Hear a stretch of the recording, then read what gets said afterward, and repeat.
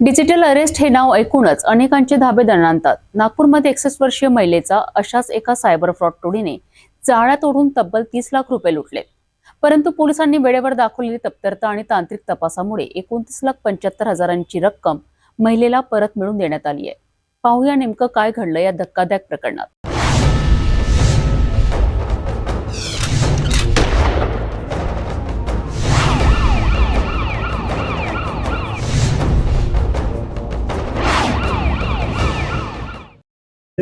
61 वर्षाच्या महिलेला digital arrest या सायबर फ्रॉडखाली तिला भीती दाखवून आणि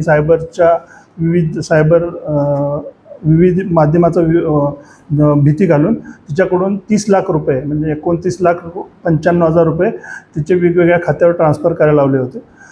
त्याबाबत तिने तात्काळ तक्रार तिची घेऊन सायबर पोलिस आल्यानंतर तक्रार नोंद करून FIR नोंद करून पुढचे तांत्रिक सर्व तपास करून त्यामधील 29,75,000 रुपये एवढी रक्कम फिर्यादीला परत मिळवून दिलेली आहे।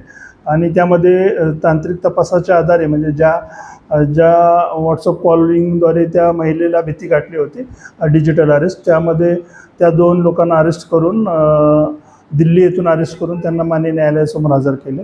यामध्ये आम्ही स्वतः तसेच API PSI अमोल खरात आणि इतर स्टाफ यांनी मदत केलेली आहे। सदरची सर्व कारवाई ही आमचे माननीय DCP तसेच माननीय एलांडो सर आणि माननीय CP सर, माननीय नागपूरचे CP सर यांच्या मार्गदर्शनाखाली सदरचा सर्व गुन्ह्याचा तपास करून आम्ही यातील आरोपींना अटक करून एवढी रक्कम पूर्ण रक्कम बऱ्यापैकी परत केलेली आहे।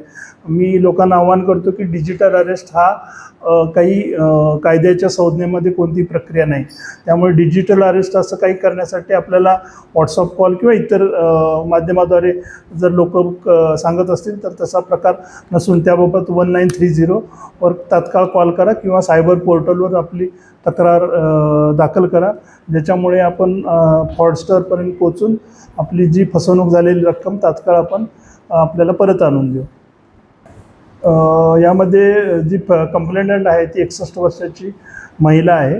तिला व्हॉट्सअप कॉलद्वारे असं सांगण्यात आलं की तुमचं जे आधार कार्ड आहे ते आधार कार्ड एका बँकेच्या म्हणजे ज्या खात्यावर बराच नार्कोटिक्सचा आणि इतर इलिगली मार्गाने पैसा आलेला आहे अशा खात्यामध्ये तुमचा आधार कार्ड ॲड आहे आणि त्यामुळे तुमच्यावर आम्ही डिजिटल अरेस्ट करून तुम्हाला अटक करू, तुमच्या दारापर्यंत पोलीस येतील।